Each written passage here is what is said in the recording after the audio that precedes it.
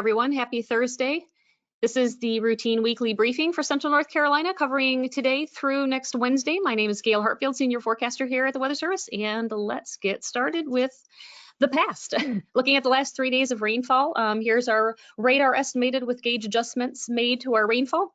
You can see there are a lot of folks didn't get a whole lot of rain the last few days, but you had some, I guess, lucky few who had a couple inches in some spots, including we had a bullseye right over RDU International Airport, and we have a few others in Nash County up in Granville, and then down in our southwest got a healthy dose of several inches of rain. So that is kind of our picture looking in the past. So that's good that we're actually getting some rainfall. It's our time of year where we need to be saturating that soil and getting our groundwater up.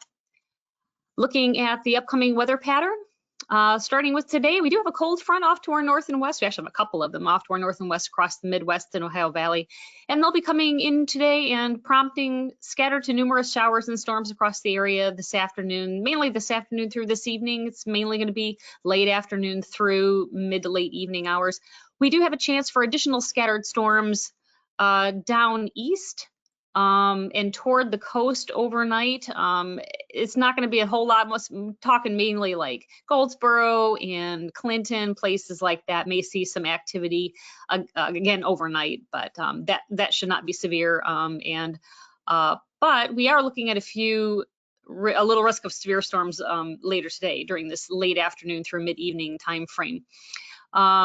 The threat is going to be mainly for damaging wind gusts, and honestly, it's going to be mainly north of 64 is going to be our greatest threat, and it's mainly going to be actually right along the Virginia border, and areas points north are looking like they're going to see the greatest threat. So I'm not going to rule out anything down in this area as far as some damaging wind gusts, isolated wind gusts that could reach 60 miles an hour or greater, but the lion's share of the threat is going to be north of 64, and in particular areas along the Virginia border and points north. So, definitely keep your eye out. Obviously, lightning is always a threat whenever you have storms, so be on the lookout for that as well.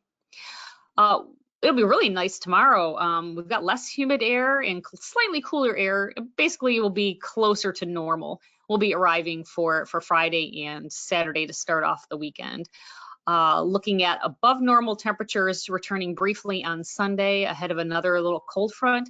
That front could bring a few showers and storms Sunday night. Confidence is not high in this. We have basically an even split with some of our computer guidance that's indicating some of it is showing that it'll dry up as it heads east of the mountains, and some are showing it holding together Sunday night. So keep your eye out, especially if you have any plans. Check back with the latest forecast for that. But other than that, it looks like rain chances will be fairly low through the middle of next week. We do have a possibility that front could stay stalled out just to our south and east with low pressure tracking along it, as you can see there on the Wednesday map. Again, confidence in that is not very high, so I would not count on that. There's no indication of any major system coming through that would produce a lot of rain. So what we're getting today and then possibly Sunday night will be a lot of what we're going to expect over the next week. For our severe thunderstorm potential, we do have, as I said, a few strong to severe storms are possible today, primarily north of 64 and primarily from the late afternoon hours through the mid to late evening hours is when our main threat will be. And then again, a few storms down east late tonight, again, like Goldsboro, Fayetteville, Clinton, that area are possible overnight tonight. Other than that, we should be clear as far as severe threat goes from Friday into at least the early part of next week. Not seeing any strong indications of any severe threat beyond what we've got going on today. Here's the accumulated precipitation forecast for the next 5 days. You can see there are rainfall today. Some of those places that are going to get rain today, or some of the same places that have gotten rain for the last few days. So water levels may be running high in a few creeks around that area, basically in our southwest sections and across portions of our north and northeast. As we get into Friday, Saturday, dry weather expected, as I said. Sunday, again, there's that small chance, low confidence, so keep your eye on that. That'll be Sunday night primarily. Monday, there again, the front could hang up and produce some rain. I have no confidence in that at all. The computer models are quite varied, so stay tuned for that. But there's an equal chance that it could be completely dry as we get into Monday and early part of next week. So definitely stay tuned for that. And you can see our 5-day total in the bottom right corner, which is again a lot of just today's rainfall we're going to expect today. Finally, here's our 7 days through next Tuesday is what we're going to seeing there. So fairly seasonable, maybe a little bit more than normal, but nothing too outrageous going on in our area. Here's the excessive rainfall outlook. We may see isolated downpours that could produce some minor street flooding today. Otherwise, flash flooding is not expected during the next few days there. And I wanted to show you the drought update. It just came out this week.